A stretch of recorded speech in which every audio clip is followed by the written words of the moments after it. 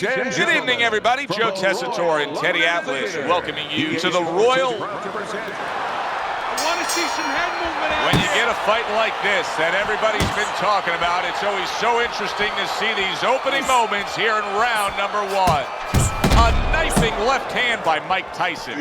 Big shot, the right came clean. Big shot he just scored with.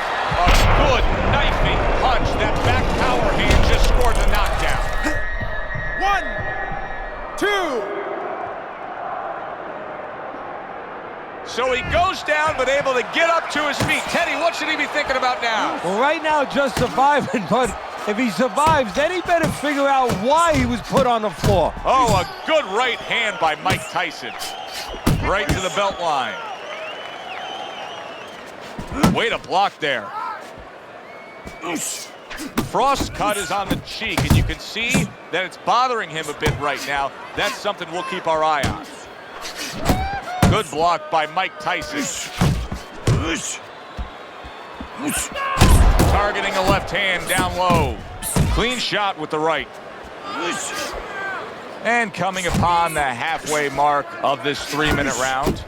Frost's eye is really a mess now due to that cut.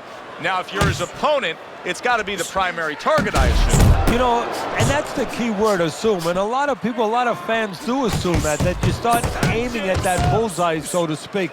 But I don't believe in that, because now all of a sudden you throw yourself off a little bit. You start pitching punches to that exact spot instead of just fighting your fight, instead of just letting the jab go in the general direction of the head, set up the other punches. You don't want to get carried away for looking to pinpoint that exact spot. Teddy, can the shorter fighter in a matchup like this be effective with a power punch, or does he have to reach up too much? Joe, not only can a shorter fighter in this kind of situation be effective, he will be effective if he comes out of a weave with a punch, because now, usually the taller guy, he's punching down. And when you punch down, you leave an opening. And that's the end of round 1. Frost's cut man is going to earn his pay for sure. That is a bad gash. And I'm wondering what he's using in there. You know, you can only use certain things, Avatine, adrenaline, and thrombin. I'm wondering if he's using illegal things right now, because that's the kind of cut that tempts you to use crazy glue.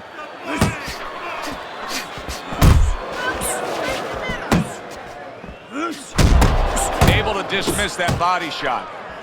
Accurate shot, straight right hand comes in.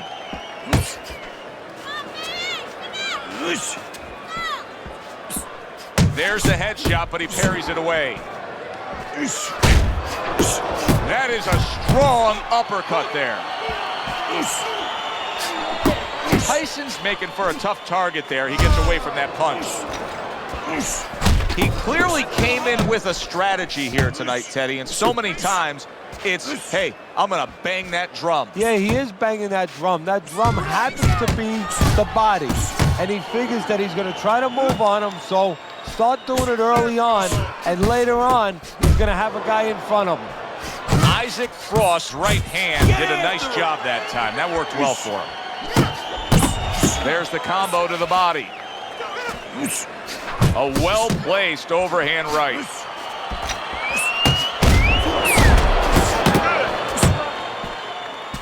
And you see what he can do when he sends that right to the head. Boy, sharp two-punch combination by Mike Tyson. Threw the straight right hand, but didn't score with it. Puts forth the hook, scores with it. Here's a moment here as you see the step-back counterpunch where you realize this is the sweet science, not just some raw savagery swinging out there. Look at the little subtleties here, Joe. What he does is he forces them into a position to stop the punch. And then when he stops, steps back, makes a miss, and comes right back. End of the round here, a round that saw a lot of action. The kind of round that fans pay to be here to see. Well, these are TV-friendly fighters, and we figured that coming in.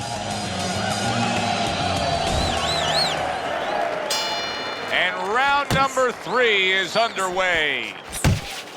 Off the target by Mike Tyson. Well-placed double jab. Keep it going.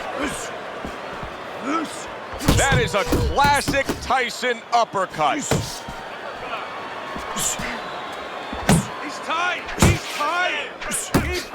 Tried to land that upstairs and was off the mark. Big uppercut right on the mark.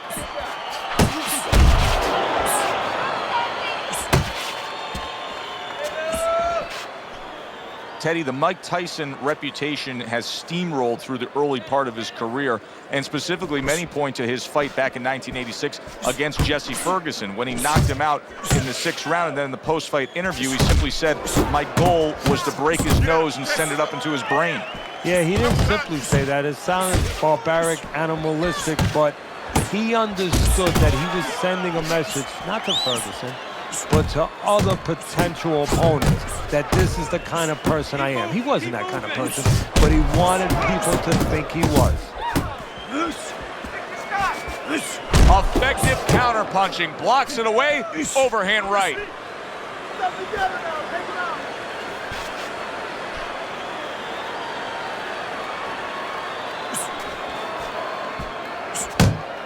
Mike Tyson blocking that punch.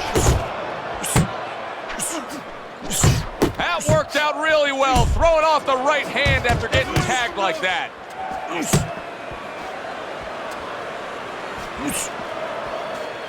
Unable to land clean by Mike Tyson. Good solid shots with the combo downstairs. Blocks the headshot. Don't stop. Don't. He's given up 2 rounds on Teddy's scorecard as we begin round number 4, but I think he's got a pretty bright future in this fight here, knowing that he's gotten to his man. Yeah, he knows it, and maybe more importantly, his opponent knows that he's been hurt. And I can see it already. It's making him a little bit more tentative, so it's making his job a little easier. Cross not jabbing that much right now. That's got to help out his opponent. Yeah, you know, that's like giving him a free one, because now his opponent doesn't have to worry as much when he walks in. No jab to keep him out.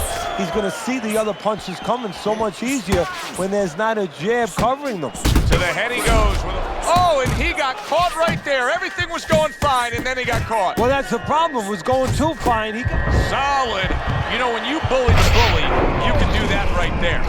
Tyson floored by the power punch.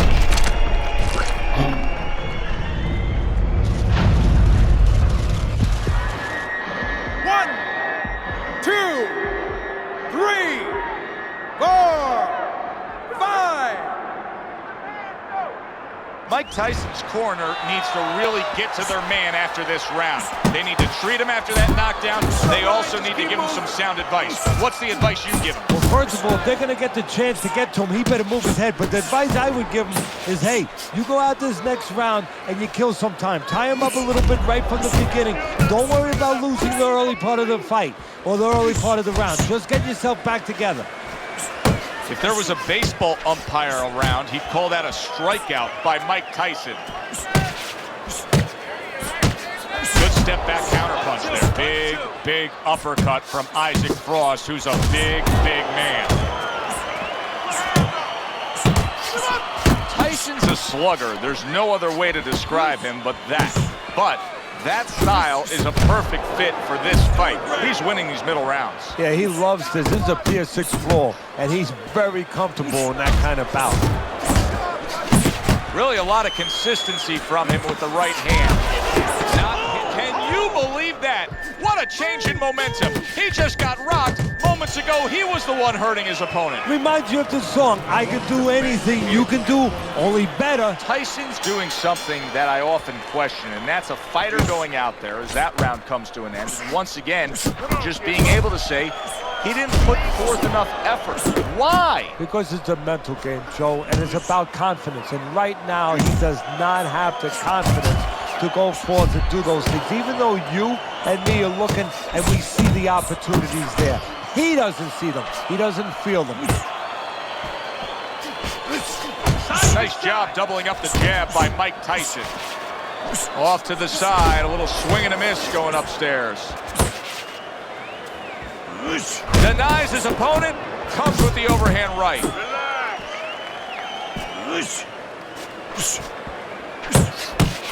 A crushing 2-punch, and now you see him scoring well with the right. Oh, did you see that? Wow, is this good stuff? stuff. He just scored the knockdown after being knocked down earlier. Joe, that's incredible. And the knockdown earlier actually set up this knockdown because his opponent, he got a little reckless, a little careless. The combo lands upstairs. Mike Tyson's on the wrong end of a razor-sharp hook. He scored, and now he's got to be careful because he's been warned for the headbutting. Able to get rid of that one. Nice combination by Mike Tyson. Isaac Frost going below the belt has finally cost him a point. The ref is docking him.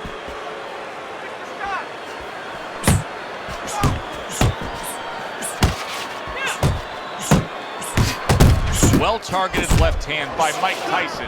Uppercut. Nice block that time. It was intended to the head. And now, big shot.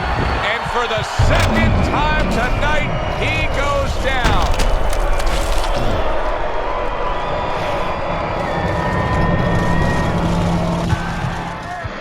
One, two, three, 4, 5. Big Isaac Frost. What will he do now? Rising up after being knocked down. Really wanted that uppercut, but just couldn't get it. And that's the end of round 5. Isaac Frost, well, he's back in the corner, which is critical in terms of trying to stop the bleeding on that cut. But it's also critical because they need to put forth a new defensive game plan. Yeah, they have to make sure that they buy some time here and start moving their head, using their legs, tying up a little bit, doing anything to kill the clock and not get caught on that cut anymore. This is really solid defense by Mike Tyson. You see how he has his arms up in that peekaboo position, but by doing so, he's not allowing any of his opponent's punches to get in. Tyson's staying away from trouble. He's out there on the outside. Boy, very sharp with his punches. He doesn't miss much. He's like a scalpel right there. Oh, that uppercut got him. And yet another big shot comes in. How is he going to survive this? Once again, he hits the deck. He's going to have to find a way.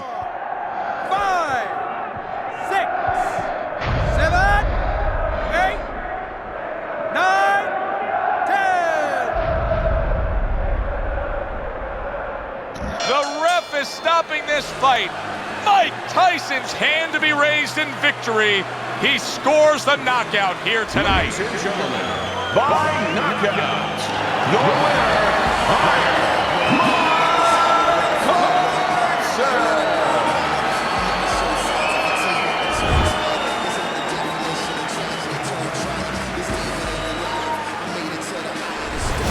That's what you want to see, a guy who can close the show and finish with style. He ends up a knockout victor tonight. And that's what his trainer wanted. His trainer... It's so quiet.